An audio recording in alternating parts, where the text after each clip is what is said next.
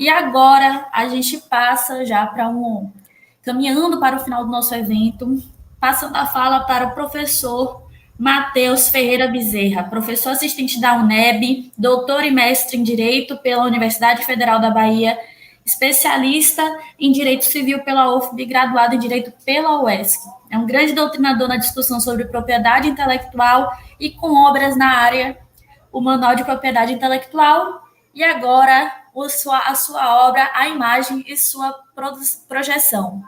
Seja bem-vindo, professor. Obrigado, Maria Josina. Obrigado pela participação, pela oportunidade. Karina, parabéns pela palestra. A brilhante explanação aqui, eu mesmo aprendi bastante e acho que é uma reflexão essencial para que a gente tenha, né? Acho que a sociedade ela tem um compromisso ético de combater o racismo, lutar por justiça e lutar por igualdade de todos. E as suas palavras foram muito pertinentes, muito significativas aqui. Espero que todos que assistiram tenham compreendido, né, e isso tenha estimulado a gente a promover essa mudança que se faz tão necessária.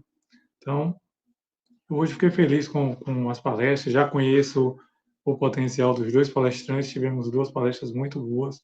Eu vou utilizar aqui o tempo para falar um pouco sobre o livro, né? Sobre o lançamento do livro, que foi lançado anteriormente, ano passado, na verdade, assim, a gente tem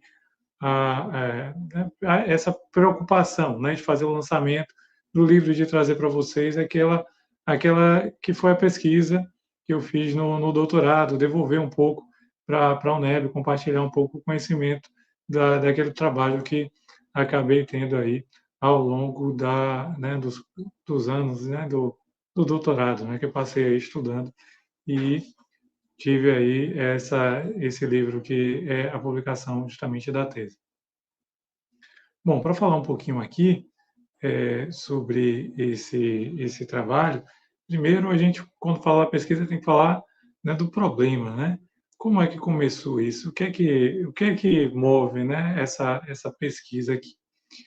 Bom, eu só vou mudar aqui o layout deixa eu ver se ajusta para eu ficar com o slide. Deixa do jeito que está aqui. Bom, o que motiva a gente a fazer essa pesquisa? A gente deve partir sempre de um problema. E uma coisa que me chamava a atenção no direito da personalidade e de alguns doutrinadores também, é uma coisa que o direito ele não tinha digamos assim, uma resposta tão clara, a meu ver, até então, era justamente como é que a imagem, como é que a gente trabalha com direito de imagem, né? Como é que funciona esse direito de imagem? Quando nós partimos do direito da personalidade, o direito da personalidade ele estabelece uma proteção sobre o seu aspecto negativo, né? O que quer dizer isso, né? O direito da personalidade ele parte de um não fazer, ou seja, você não pode divulgar a imagem de alguém. Então, mas só que a sociedade ela trabalha de uma forma diversa. A gente tem programas que trabalham com imagem. A gente tem imagem hoje funcionando como um grande elemento econômico, né? de informação, de convencimento, de publicidade. Então, a imagem ela tem um poder muito maior do que simplesmente tinha quando começaram os direitos da personalidade e a preocupação era justamente a captação. Então, a minha preocupação era como é que o direito ele vai lidar com isso, com esses aspectos positivos, como é que se dá essa exploração da imagem no âmbito, né, do direito civil. Então, essa foi uma preocupação inicial que moveu a pesquisa desse trabalho.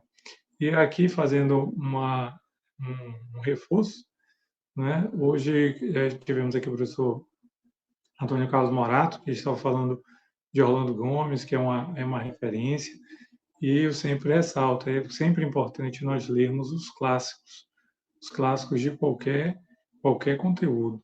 E aqui, quem começou a me despertar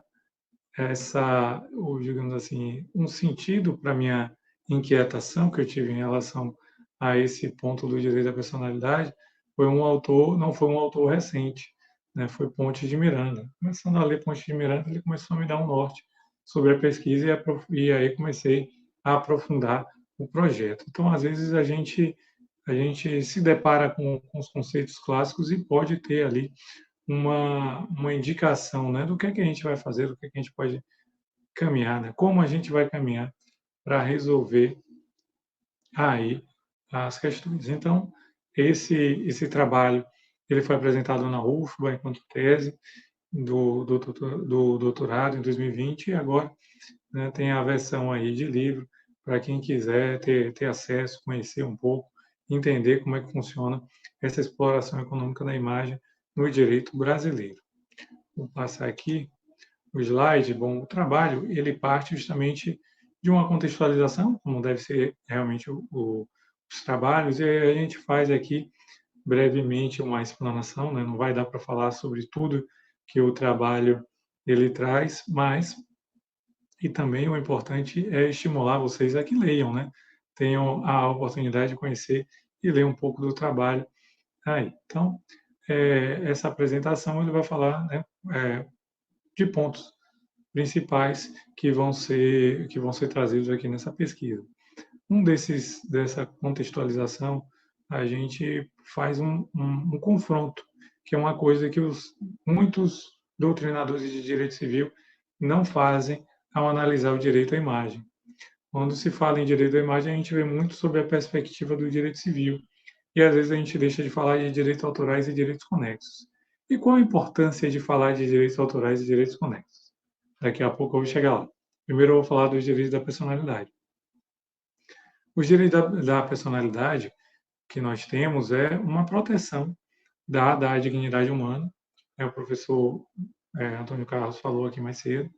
Então, a gente tem uma proteção dada ao ser humano e essa dignidade é reconhecida pelo direito da personalidade. O direito civil e o direito constitucional, eles trazem algumas proteções, como o direito à honra, o direito ao nome, o direito à imagem, então, o direito à vida, o direito à liberdade. Então, são expressões desses direitos da personalidade que são manifestações que nós vamos ter da dignidade humana.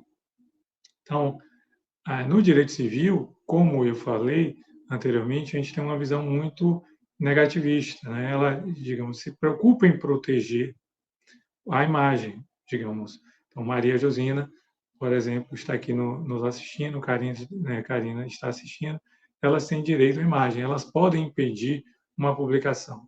Mas se for feito um contrato de imagem para elas aparecerem no outdoor, digamos, ou vão fazer a propaganda de uma universidade, como é que se dá esse aspecto positivo?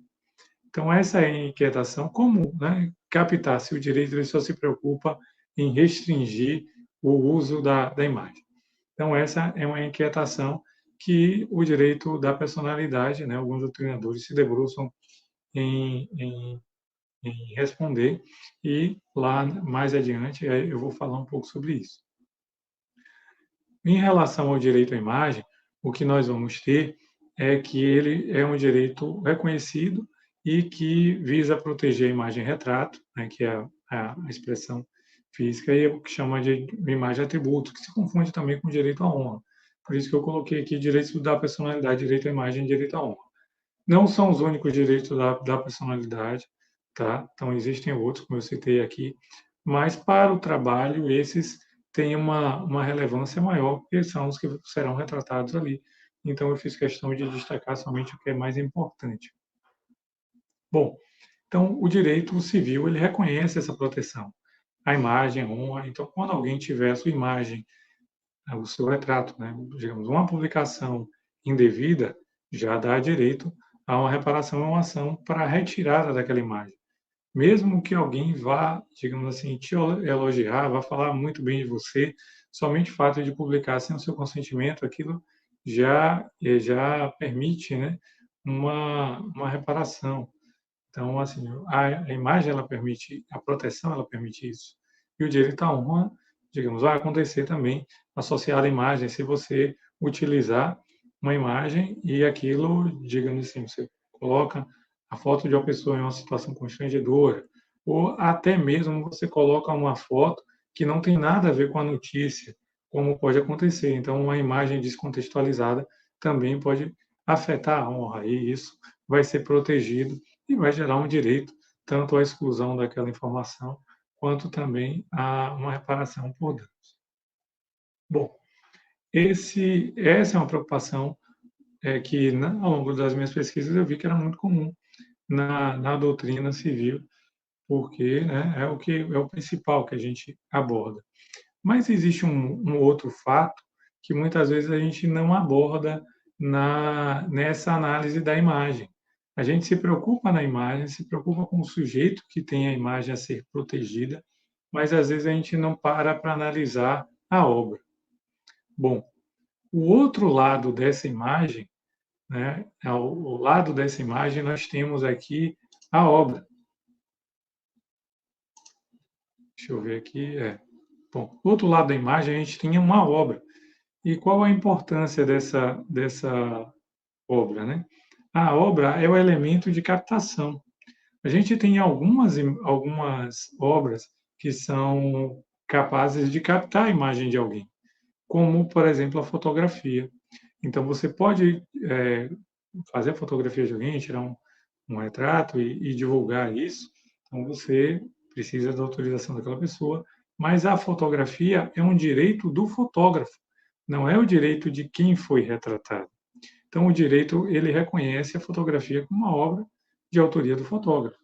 Da mesma forma, quem faz o vídeo, né, quem faz a filmagem, né, hoje a gente tem mecanismos que facilitam muito esse acesso a aparelhos que permitem essa captação e divulgação das imagens. Então, quem faz o vídeo, quem faz a fotografia, quem de repente faz até, né, a transmissão, eles acabam assumindo os direitos sobre aquela imagem. Bom, eles acabam assumindo o direito sobre aquela imagem enquanto presente na obra, mas não quer dizer que eles tenham autorização para a exploração da imagem. Então, a gente acaba tendo um confronto, porque uma coisa é o seu direito da personalidade de impedir que algo seja publicado. Você tem o direito à imagem. E outra coisa é a obra, que é de um terceiro, de uma outra pessoa, que vai fazer aquele trabalho e poderá divulgar. Então, digamos, você pode ter uma exposição de fotografia com pessoas, mas essa exposição ela precisa ser autorizada. A exposição, o fotógrafo ele está mostrando o trabalho dele, né? A sensibilidade, o olhar, o diferencial que ele tem em captar aquela imagem. Mas não necessariamente aquilo dá o direito dele utilizar a imagem de terceiros sem autorização. Então, há um confronto, a gente percebe que existe um confronto, existe uma obra e existe, por outro lado, uma imagem. Então, como é que a gente pode conciliar isso, né? Então, eu ressaltei aqui algumas obras que trabalham com a imagem, a fotografia, o audiovisual, artes plásticas, né? As transmissões também, que podem acontecer, fazem parte do audiovisual, mas nos direitos autorais, a gente tem os direitos autorais e direitos conexos, porque nem todos os direitos eles são direitos de autor, né? São chamados, muitas vezes chamamos de direitos autorais porque já envolvemos aqui a figura dos direitos conexos nessa palavra, né? O direito conexo ele envolve o direito de autor e outros.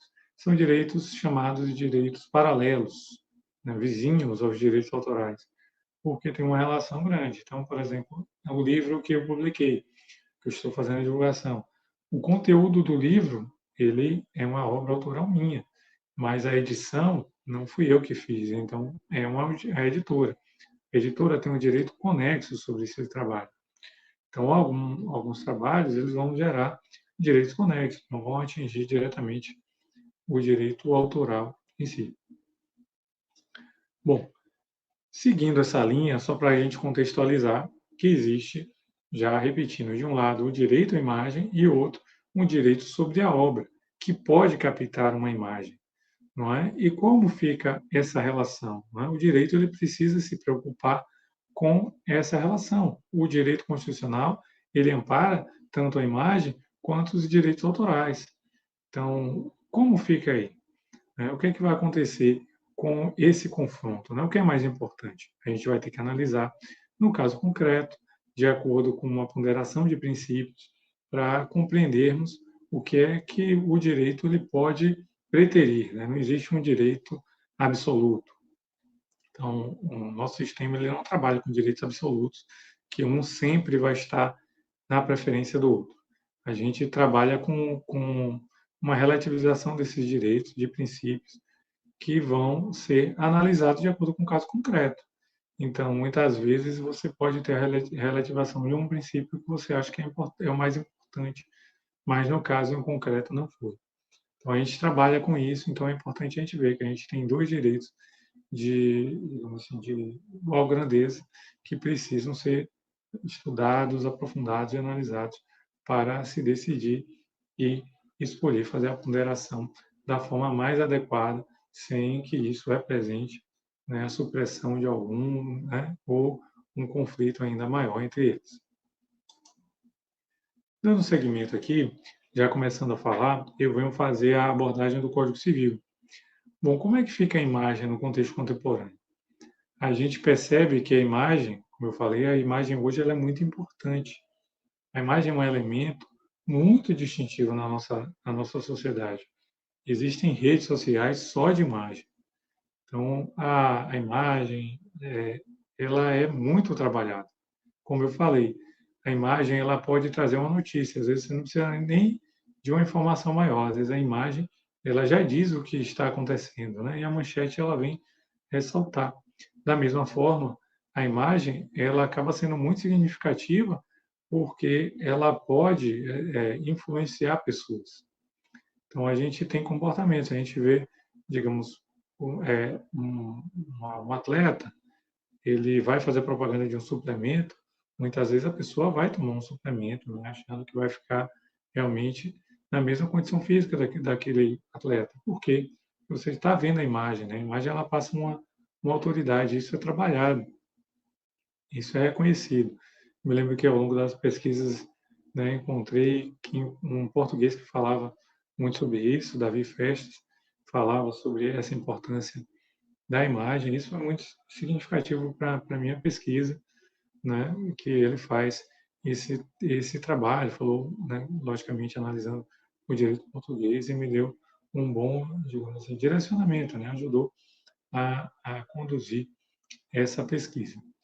E é sempre importante a gente fazer, ver como é que está acontecendo em outros países, como os outros países estão trabalhando aquela temática, então é significativo também. O direito brasileiro, ele traz essa proteção da imagem no artigo 20. E aqui eu já vou fazer a leitura do artigo 20, mas também fazendo algumas críticas, né? O professor Antônio Carlos Morato, né, estava falando justamente da necessidade de mudança do código, que algumas pessoas, né, agora existe uma comissão de revisão do código e existem alguns pontos do código a serem debatidos, né, a serem revisados.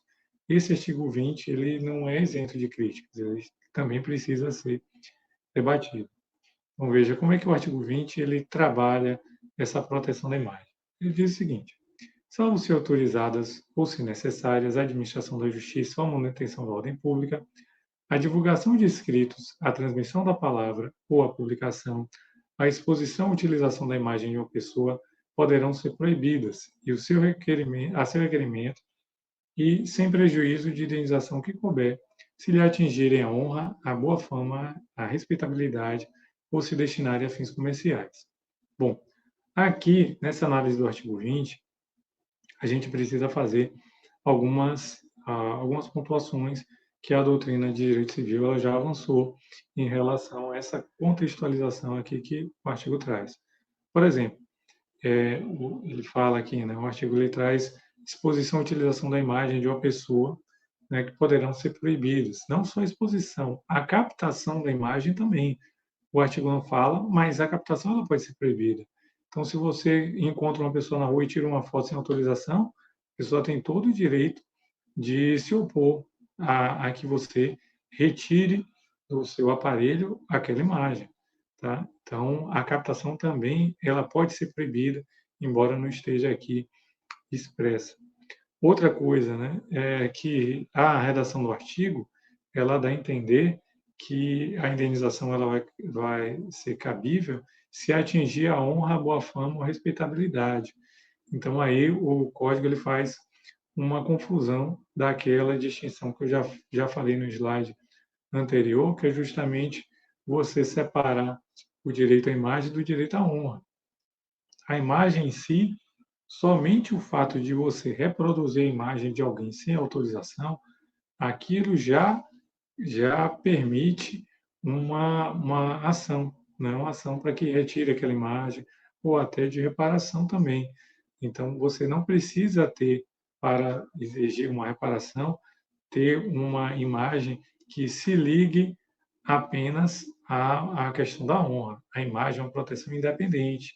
Então, somente utilizar a imagem, já sem autorização, já é uma violação a um direito. Então, você não precisa utilizar a imagem apenas para expor a pessoa a algo que seja indesejado. Não, somente o fato de você utilizar a imagem já faz, né, essa violação. Uma outra coisa aqui é ou se destinarem a fins comerciais, também é importante. Essa é uma análise que deve ser feita. Logicamente, independente de fins comerciais, você não deve utilizar a imagem de ninguém, mas muitas vezes também digamos, olha, é um aniversário, você fotografou uma pessoa, depois a pessoa não queria que você expusesse, ela pode pedir e retirar, né, numa boa, sem necessidade, muitas vezes, de uma indenização. Pode ser que com o diálogo você consiga que a pessoa retire, né? Ou pode ser que a pessoa esteja utilizando uma imagem para ganhar dinheiro. Às vezes acontece com perfis comerciais nas redes sociais. A pessoa utiliza a imagem de terceiro, faz lá, né, o que a gente chama de meme, faz uma caricatura com aquela imagem e vai lá em um perfil comercial e a pessoa utiliza para adquirir, né, algum retorno, ter um retorno financeiro. Então, ela também, essa utilização, ela não é devida, né? Ela precisa de uma autorização para isso. Então, se utilizar com fins comerciais, é algo também a ser, digamos, que pode vir a ser passível de uma indenização ou de um pedido de retirada. Mas não precisa ser somente com fins comerciais. É bom que se diga. Então, outros fins também podem ser isso, né? Desde que não precisa ter uma finalidade comercial para que você peça uma indenização ou peça que alguém retire a imagem daquela utilização que foi feita. Outro ponto aqui que eu coloquei em destaque é que essa imagem ela precisa ser autorizada. Então, ela precisa ser autorizada, vou voltar a falar disso daqui a pouco, ou então ela tem que ser interesse da administração da justiça ou manutenção de ordem pública. E aqui é importante a gente fazer uma distinção, que alguns doutrinadores fazem, que, que uma coisa é o interesse público, outra coisa é o interesse do público.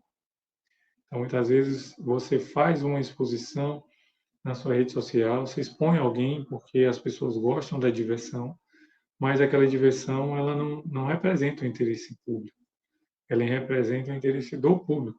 Algumas pessoas gostam daquilo, podem gostar, mas não é um interesse público você expor a imagem de alguém, você ridicularizar alguém, ou até você ofender alguém.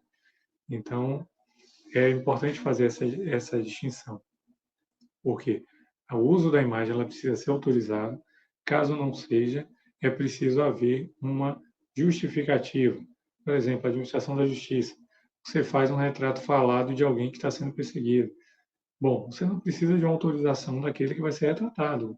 A gente precisa retratar essa pessoa, precisa colocar a imagem dela para que ela seja encontrada e a justiça seja feita. Ou a manutenção da ordem pública. Muitas vezes aquela informação é importante, né, até para se estabelecer uma ordem.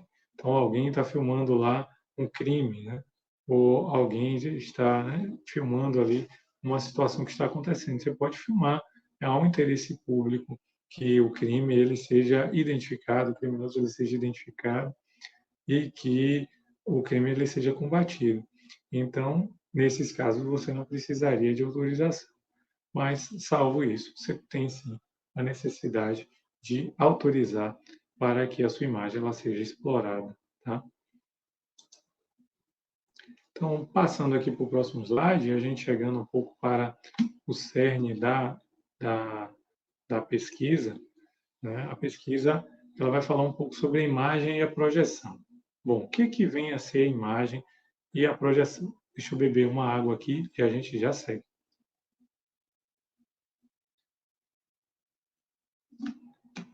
Bom, meus queridos, primeiramente, é importante uma distinção que é feita nesse trabalho e que vale a pena, né, a gente refletir. A imagem, a nossa imagem, ela não é utilizada, ou melhor, ela é reproduzida. Então, ao longo do trabalho, eu faço essa distinção entre o que é imagem, que é algo que a gente está vendo, e a outra que é a projeção, que ela é transmitida. Porque, na verdade, o que a gente muitas vezes vai utilizar é essa reprodução, a comercialização, a negociação, ela vem justamente dessa reprodução, dessa retransmissão da imagem. Então, quando você tem alguém que aparece ao vivo no público e aquilo ali não é alvo de nenhuma reprodução, você está usando a imagem direta. Quando você utiliza a projeção, você está captando aquela mensagem e transmitindo para o outro. Então, por exemplo, o que a gente está fazendo aqui na palestra, eu estou falando, né, e essa imagem ela está sendo reproduzida. Então, há uma captação, há uma projeção da imagem. A minha imagem continua pertencente à minha pessoa, tá? Então, o que a gente muitas vezes vai se opor e vai rejeitar é aquela projeção da imagem. Isso é uma distinção importante até para que a gente possa compreender, né, como se dá essa negociação do direito à imagem. E aqui o direito à imagem, que vai gerar uma exploração econômica, a meu ver, a gente precisa trabalhar e não trabalha isso, que a imagem ela deveria ter o direito à imagem, que é o aspecto negativo, que é justamente aquele direito da personalidade que te impede, ou que impede alguém de fazer uma publicação, de utilizar a imagem sem autorização. E existe um direito de imagem, que é um direito que você tem de fazer a negociação sobre essa projeção da imagem, tá? Então, daí, dessa ideia de que o que nós trabalhamos é uma projeção, surge o direito de projeção, porque terceiros eles vão ter direito sobre a projeção. Existe a imagem, que é da pessoa, é um direito da personalidade. Existe a obra, que aí a gente vai ter um autor de uma obra, e existe a projeção, que é o direito de transmitir essa imagem, tá certo? Então, por exemplo, vamos supor que alguém seja contratado para dar uma aula, ou, digamos, fazer uma apresentação, né? Então, quando a gente faz uma apresentação, digamos, alguém foi contratado para um programa de televisão para fazer uma apresentação, ou para fazer um filme, né? Ou até uma telenovela. Então, você tem o seu direito à imagem para fazer aquela apresentação. Digamos assim, aquela pessoa que vai filmar, ela também tem um direito autoral, tanto que aparece no final quem faz as filmagens. E a empresa, muitas vezes a empresa que faz a contratação de serviços, né, de toda a estrutura, ela vai deter aqueles direitos de projeção, né? Aquilo vai ter os direitos autorais no final da obra. Então, na verdade, para você ter uma obra e poder transmitir, você já tem que ter as autorizações dos outros, né, do autor, que existe uma obra, quem faz a filmagem, né, ele tem o direito sobre a filmagem, mas ele, digamos, é contratado, ele já recebe por aquele trabalho. A pessoa que deixou a sua imagem ser transmitida, ela já autorizou, ou já vai receber por aquilo, e aquele que contratou, ele terá direito de retransmitir, de vender. Então, a gente tem, por exemplo, a negociação de filmes, né?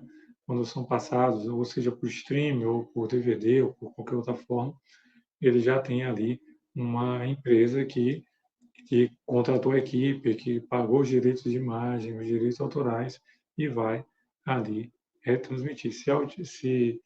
Digamos assim, se coloca como titular daquele direito e vai poder negociar aquele direito.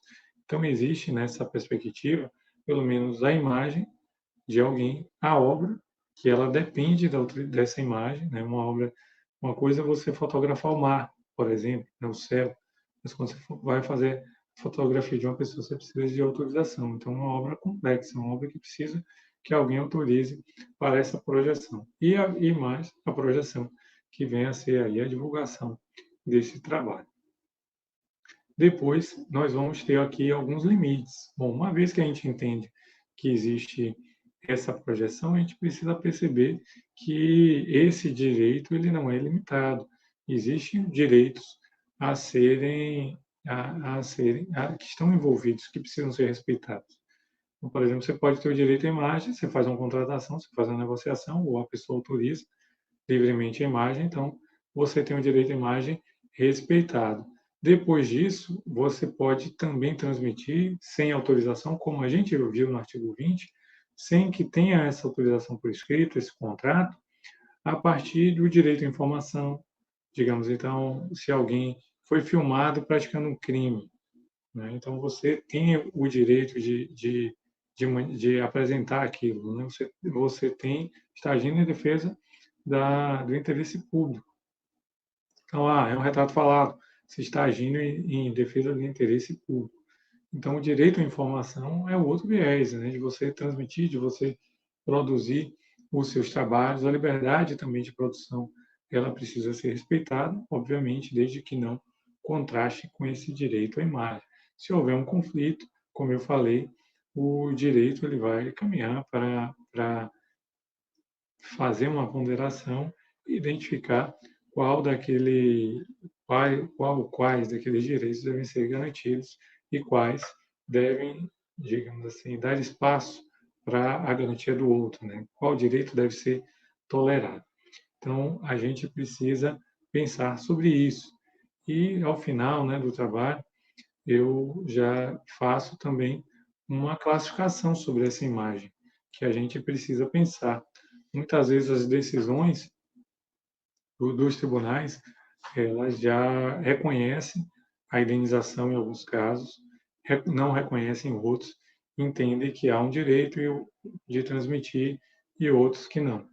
Bom, para isso, né, eu, utilizando dos estudos, né, que estão aqui no conteúdo do trabalho, faço a classificação de três tipos de imagem que são utilizadas. A gente tem uma imagem projeção, que é aquela imagem que é utilizada com o seu consentimento. Muitas vezes, isso de forma negociada. Então, a pessoa dá o seu consentimento para a projeção. Então, é aquela imagem autorizada.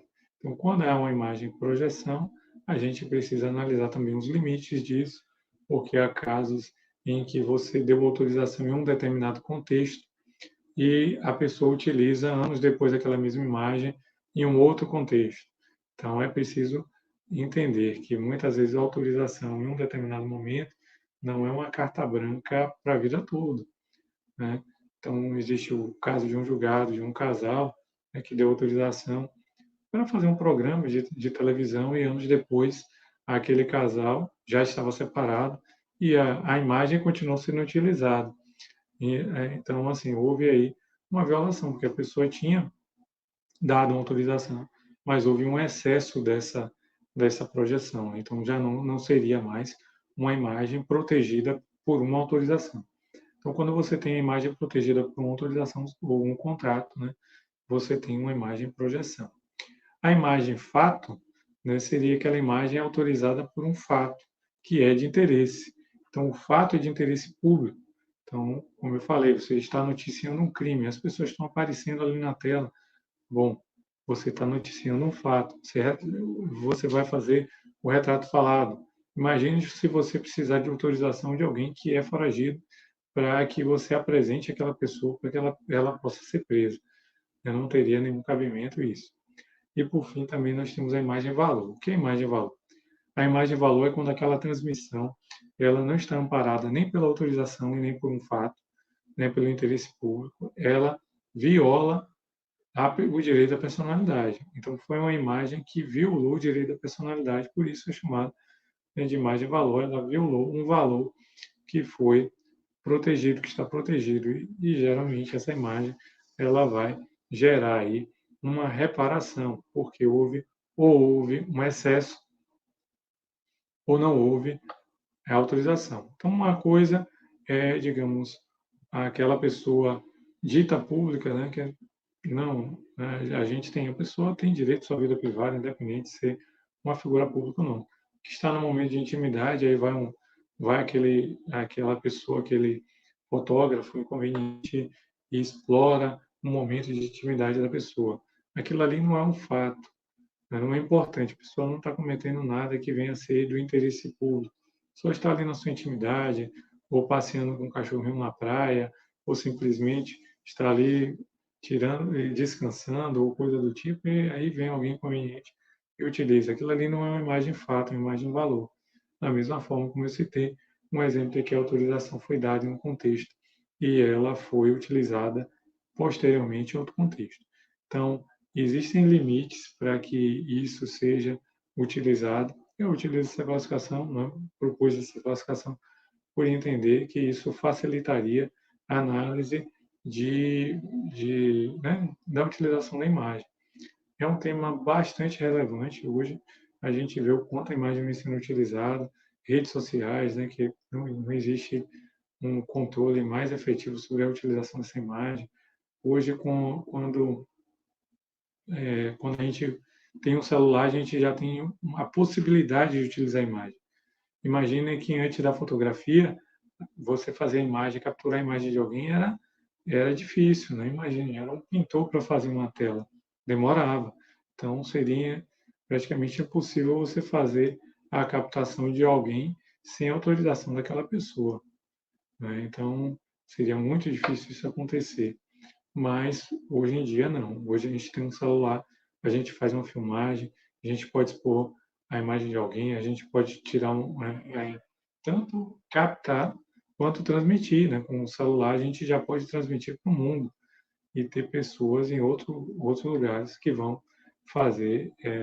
encontrar, né, essa transmissão. Então, hoje a gente tem um poder muito grande que é com o celular e aí com os poderes, utilizando aqui a frase lá do Homem-Aranha, de anos atrás, né, que eu me lembro, numa das aulas, o professor Pamplona gostava muito de citar essa frase: grandes poderes, grandes responsabilidades.